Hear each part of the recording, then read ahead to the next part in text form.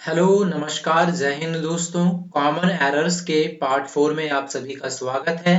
अगर आप लोग पार्ट 1 से लेकर के 3 तक पीछे के जितने भी पार्ट्स हैं कॉमन एरर्स के हमने विद रूल्स करवाए हैं, अगर आप उन्हें देखना चाहते हैं तो आप सर्च कर लीजिएगा SSC arena common errors.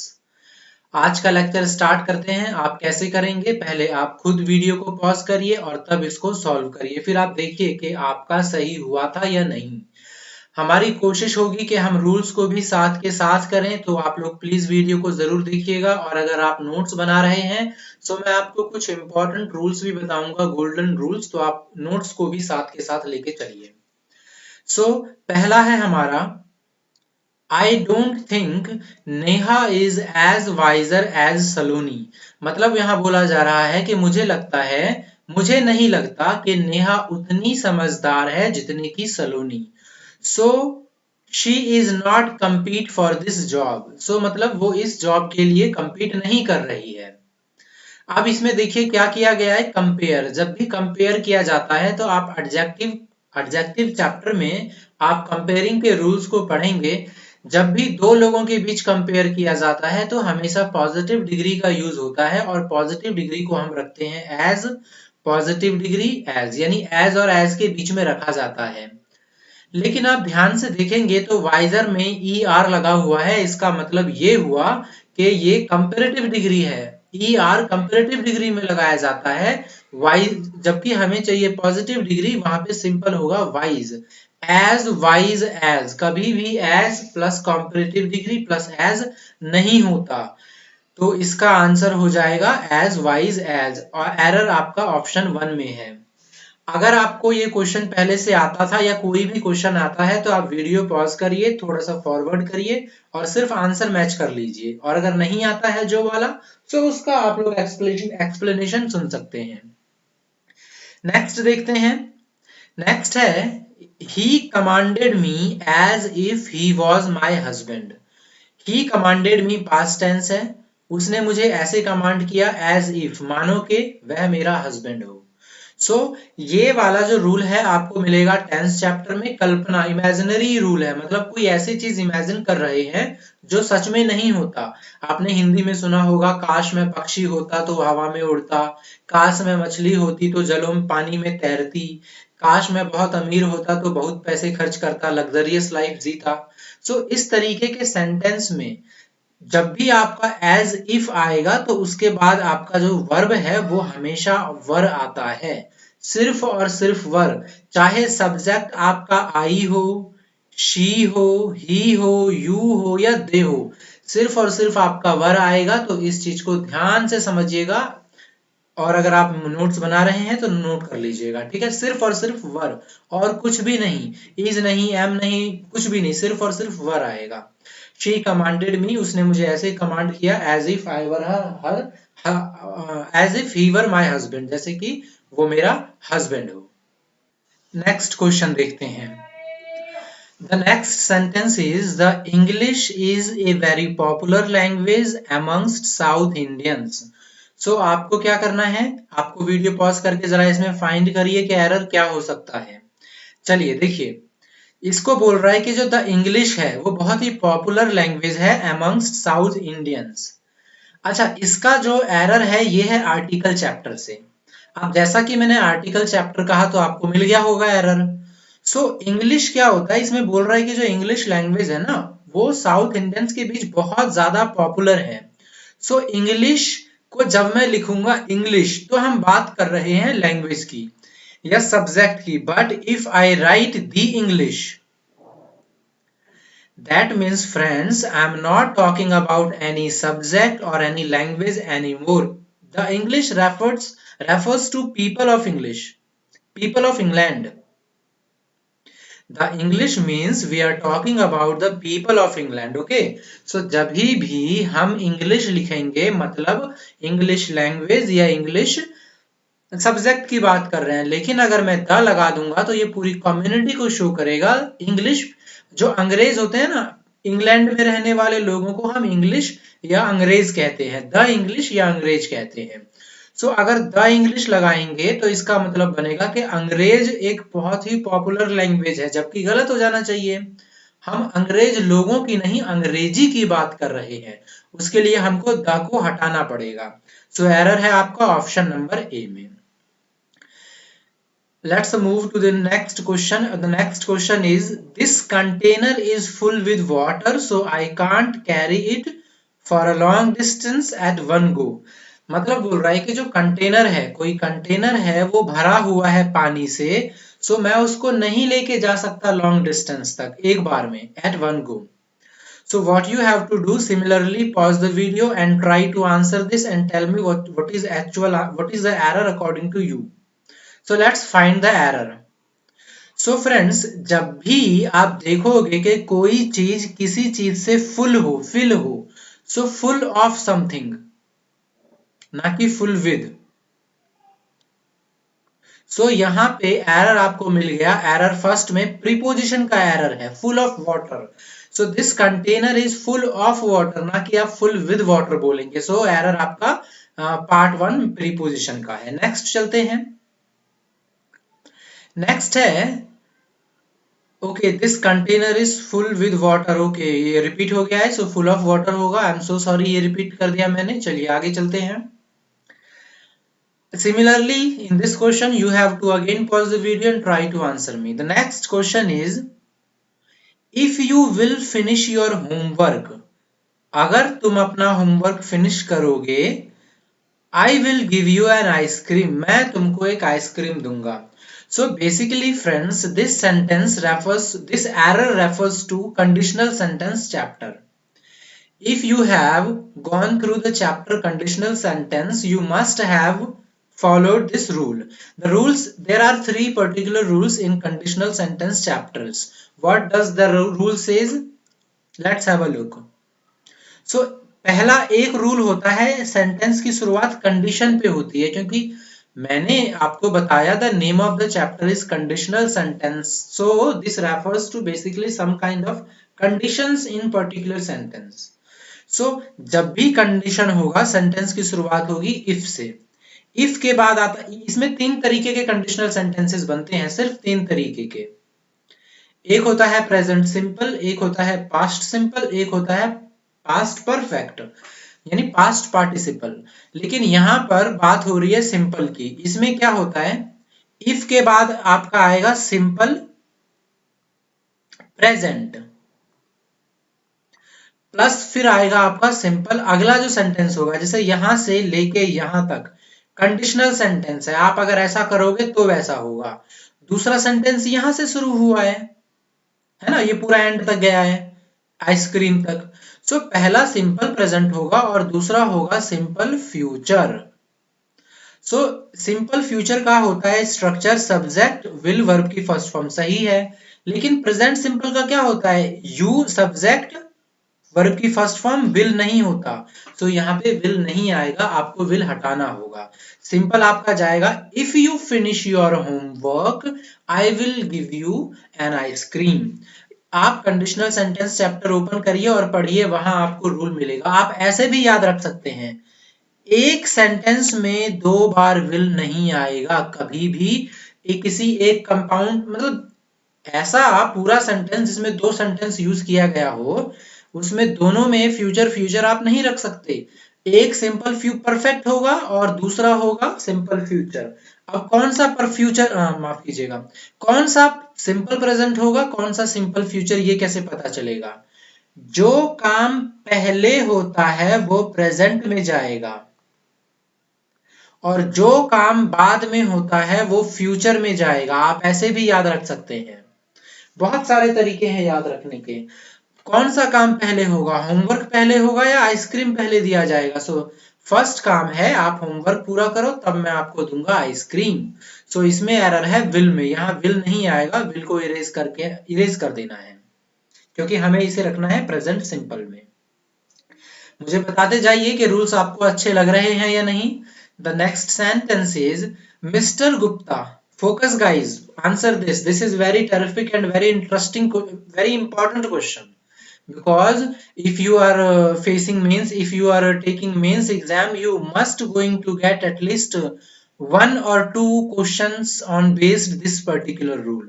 So this rule refers to a chapter name is, the name of chapter is syntax. You can call it syntax, but you also know this chapter as subject verb agreement. Syntax means also searching, managing agreement between verb and subject. So subject और verb का कैसा हम देखते हैं combination कि भाई अगर subject singular है तो आपको वर्ब भी सिंगुलर चाहिए, और सब्जेक्ट प्लूरल है तो वर्ब भी प्लूरल चाहिए. सो सिंटैक्स या सब्जेक्ट वर्ब एग्रीमेंट चैप्टर पे जाइए, वहां पे आप एक रूल पढ़ेंगे. Whenever two subjects are added, जब भी दो सब्जेक्ट्स को जोड़ा जाता है, with, along with, इस तरीके और भी ऐसे कई सारे वर्ड्स हैं, अगर उनसे जोड़ा जाए, जैसे हो जाता है side, but, with, along with, as well as, अगर ऐसे कुछ वर्ड्स से दो सब्जेक्ट को जोड़ा जाए, सब्जेक्ट नंबर 1 और ये है वाइफ एंड यंगर ब्रदर, सो यहां पे है सब्जेक्ट 2 और ये वाला सब्जेक्ट है प्लूरल और ये वाला सब्जेक्ट है सिंगुलर. सो अगर कभी भी दो सब्जेक्टों को as well as, with, but, along with, इस तरीके के वर्ड्स से जोड़ा जाए तो जो वर्ब होता है वो हमेशा पहले वाले के अनुसार आएगा. अगर पहला वाला सब्जेक्ट सिंगुलर है तो आपका यहाँ पे सिंगुलर आना चाहिए, वॉज, वर नहीं आएगा. अगर मान लीजिए कि ऐसे लिखा होता his younger brothers and he, मतलब यंगर ब्रदर्स पहले लिखा होता प्लूरल, तो फिर आप यहाँ पे ऑल टुगेदर प्लूरल वर्ब ले लेते.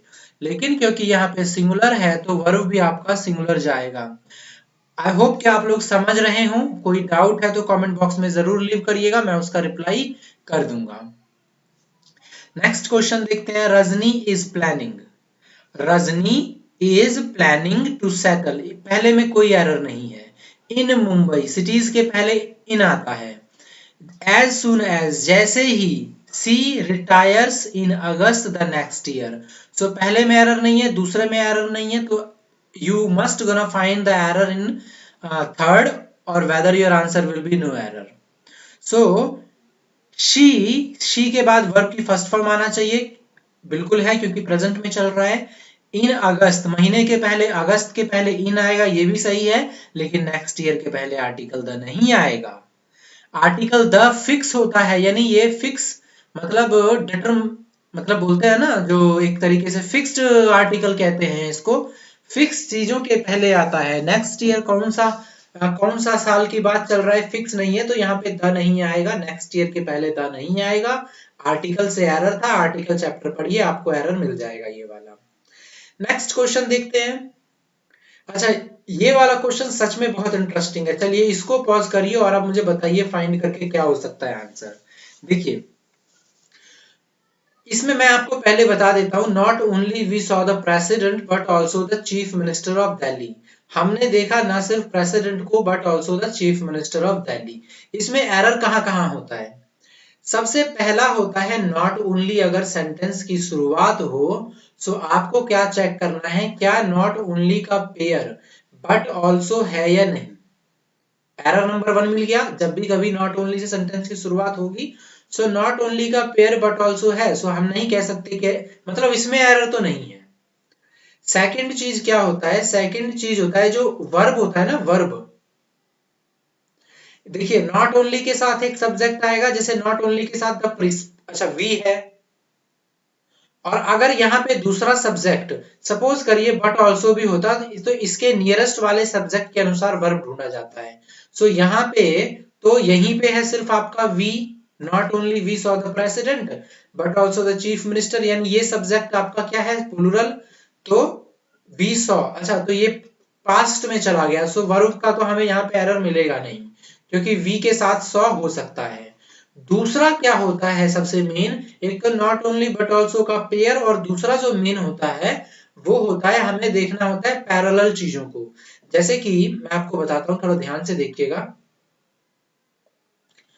नॉट ओनली और बट ऑल्सो के बाद सेम चीजों का यूज किया जाना चाहिए। यहां पे नॉट ओनली के बाद क्या है, सब्जेक्ट प्लस वर्ब। सो यहां भी इसके बाद सब्जेक्ट प्लस वर्ब ही होना चाहिए। क्या ऐसा है? नहीं है, तो मतलब एरर है। लेकिन लेकिन लेकिन एक सेंटेंस में सिर्फ एक ही सब्जेक्ट हो सकता है, मेन सब्जेक्ट की बात कर रहे हैं हम, और एक सेंटेंस में एक सब्जेक्ट का एक ही वर्ब हो सकता है। तो यहाँ पे सेंटेंस एक है तो सब्जेक्ट एक ही होगा और वर्ब भी एक ही होगा। मतलब जो पहले वी और सौ लिखा है ये सही है, क्योंकि एक सब्जेक्ट एक वर्ब। तो अब कैसे एरर निकालें, क्योंकि हमने बताया कि भैया दोनों के बाद सेम होना चाहिए। सो यहाँ पे देखिए बट ऑल्सो के बाद क्या लिखा है, द चीफ मिनिस्टर। सो यहाँ पे भी नॉट ओनली के बाद होना चाहिए था द प्रेसिडेंट। सो हम इसे ठीक करने के लिए क्या करेंगे, इसे पहले ले आएंगे और इसे बाद में ले जाएंगे। तो सेंटेंस क्या बन जाएगा, वी सॉ, हमने देखा, किसे, नॉट ओनली द प्रेसिडेंट। अब देखिए आगे देखिएगा, but also the chief minister of Delhi. देखिए हो गया ना, नॉट ओनली के बाद आपका जो यहाँ पे आया है वो ही यहाँ पे आया है। अब ये ठीक है। सो मेरा एरर कहाँ पे है, फर्स्ट वाले में। सेंटेंस की शुरुआत होनी चाहिए थी वी सॉ से। तो ये भी आपको मिलेगा, कंजक्शन में मिलेगा। ये कंजक्शन का एरर है, आप कंजक्शन पढ़िए, आपका ये वाला एरर मिल जाएगा। नेक्स्ट देखिए, कैन यू इमेजिन, क्या आप इमेजिन कर सकते हो, दैट कि शी हैज 35, उसके पास है 35 पेयर्स ऑफ शूज।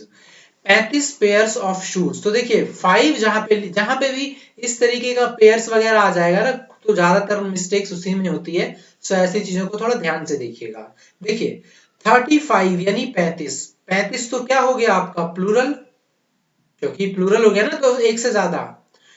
अब आपको ये देखना है यहाँ पे पेयर्स होगा या नहीं। यहाँ पे जैसे पेयर की जगह कुछ और भी लिख सकते हैं, जो चीजें किसी चीज को डिनोट करती हैं, ठीक है, मतलब क्वांटिटी को डिनोट करती हैं। तो ये प्लूरल होगा या सिंगुलर, ये डिपेंड करेगा आपका इस पे। अगर ये अनकाउंटेबल है तो ये वाला आपका सिंगुलर होगा, अगर ये काउंटेबल है तो फिर प्लूरल होगा। आप ही मुझे बताइए, क्या आप जूतों की गिनती कर सकते हैं या नहीं? कर सकते हैं। तो मतलब पेयर जो है वो काउंटेबल होना चाहिए, और काउंटेबल होना है तो इसको हम प्लूरल बनाएंगे। यहाँ पे क्या लिखेंगे, एज 5 पेयर्स। देखिए पेयर्स वैसे भी हमेशा काउंटेबल चीजों के लिए ही यूज होता है। जैसे 5 के बाद अगर टाइप लिखा होता, सो टाइप आएगा या टाइप्स आएगा, 35 टाइप्स होगा। अगर काउंटेबल चीज होगी तो, अनकाउंटेबल होगा तो टाइप होगा। सो यहाँ पे एरर है इस चीज में। आगे देखिए फटाफट, not only her husband but even her father also find her selfish. So not only मिल गया हमको, बट ऑल्सो हमको मिल गया। इसमें पेयर, बीच में कई बार ये सेंटेंस आप सब्जेक्ट डाल सकते हैं, कोई बात नहीं, बट पेयर आपको बट और ऑल्सो होना चाहिए, मिल गया। Her husband, not only her husband but also her father, है ना। देखिए ये भी दोनों सेम हो गया हमारा, not only her husband but also but her father also. So मतलब ये दोनों सेम सब्जेक्ट, सेम चीजें यूज हुई हैं नॉट ओनली बट ऑल्सो के साथ। सो तीसरा मैंने आपको एरर कहाँ बताया था, देखिए अब सब्जेक्ट 2 आ गया यहाँ पे, 1 2। सो जो वर्ब है, कहाँ पे वर्ब है, ढूंढ के दिखाइए। Not only her husband but even her father also find, ये आ गया वर्ब। सो ये वर्ब किसके अनुसार आएगा, इस यहां वाले के सब्जेक्ट के अनुसार। सो ये सिंगुलर है या प्लूरल, हम चेक करेंगे। तो हर फादर एक ही पिता है तो सिंगुलर है। अच्छा मेरी स्पेलिंग गलत हो गई, छोड़िए इसको। सो सिंगुलर सब्जेक्ट तो वर्ब कैसा आना चाहिए, वर्ब भी सिंगुलर होना चाहिए। सो मुझे बताइए कि फाइंड सिंगुलर वर्ब है या प्लूरल, तो फाइंड जो है वो प्लूरल वर्ब है। सिंगुलर वर्ब कैसे बनेगा, फाइंड्स, एस या ईएस लगाने पे नंबर प्लूरल बनता है, लेकिन वर्ब सिंगुलर बनता है। सो ये सिंगुलर वर्ब है। सो गलती कहाँ है, इसकी जगह आपको लगाना था FINDS, फाइंड्स। सो देखिए मैंने कितने अच्छे से रूल्स बताए हैं, और अगर यहाँ तक आप पहुंच गए हैं तो you must like this video, you must subscribe SSC Arena. अब चलते हैं लास्ट क्वेश्चन पे, आप इसको भी ध्यान से पॉज करके करिए। The West Indies team had not won any match last year. देखिए, इसमें थोड़ा डाउट है। डाउट क्या है कि ये एग्जाम आया था, ये क्वेश्चन आया था CPO 2017 में। प्री में हो सकता है या मेंस में, कहीं भी हो सकता है। सो जो इसका जो सॉल्यूशन दिया हुआ था वहां पे, वो दिया हुआ था नो एरर, जिसे देख के मुझे थोड़ा धक्का सा लगा कि नो एरर आंसर क्यों दिया हुआ है इसका। इसका आंसर दिया हुआ था नो एरर। सो क्यों क्यों नो एरर, कोई क्या रीजन था इसके पीछे। सो मैंने और भी थोड़ा सर्च किया अलग अलग वेबसाइट्स पे, कहीं पे इसका आंसर कुछ और दे रखा हो शायद, लेकिन सबने नो एरर ही दे रखा था। सो शायद एसएससी ने आंसर नो एरर दिया तो सबने नो एरर दे दिया, लेकिन रूल्स के मुताबिक इसमें एरर है।